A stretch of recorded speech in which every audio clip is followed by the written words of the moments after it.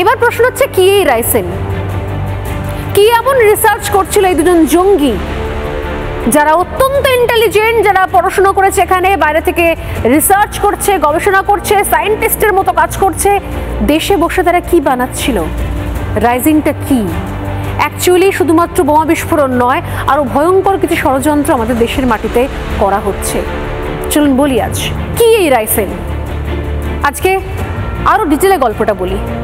Ryzen হচ্ছে এক ধরনের বিষ, মানবদেহের জন্য মারাত্মক এক ধরনের বিষ, অ্যান্টিডটহীন, স্বাধীন, গন্ধহীন এক ধরনের পদার্থ। ক্যাস্টর বীজ থেকে প্রাপ্ত রাসায়নিক।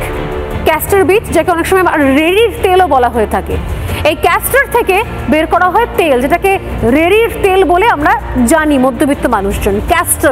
ক্যাস্টর অয়েল অর্থাৎ রেড়ির তেল।